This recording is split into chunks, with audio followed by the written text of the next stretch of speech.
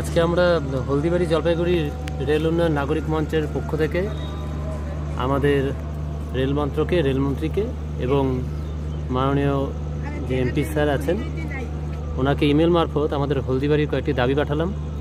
প্রথম দাবি হচ্ছে যে হলদিবাড়ি রেল স্টেশনে পিট লাইন এবং সিক লাইন করার দাবি আমরা বহুদিন ধরেই জানিয়ে আসছি। এখানে যেহেতু দূরপাল্লার কিছু ট্রেন ছাড়ছে, দার্জিলিং মেল ছাড়ে, কলকাতা সুপারফাস্ট ছাড়ছে এবং হলদিবাড়িতে রেলকে এক্সপ্যান্ড করা, রেলকে আরও বড় কিছু করার প্রচুর জায়গা আছে, স্কোপ আছে।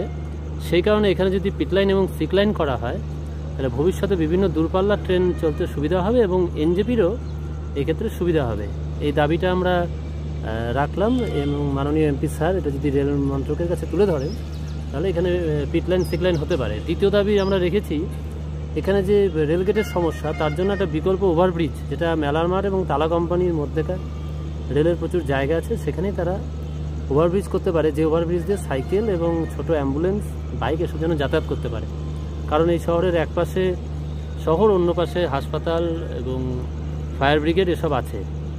তৃতীয় দাবি হচ্ছে যে হলদিবাড়ি কলকাতা সুপারফাস্ট চলছে, এটাকে ডেলি করতে হবে। এবং চতুর্থত হচ্ছে হলদিবাড়ি থেকে বালুরঘাট অবধি একটা ইন্টারসিটি এক্সপ্রেস যেন চালু করা হয়।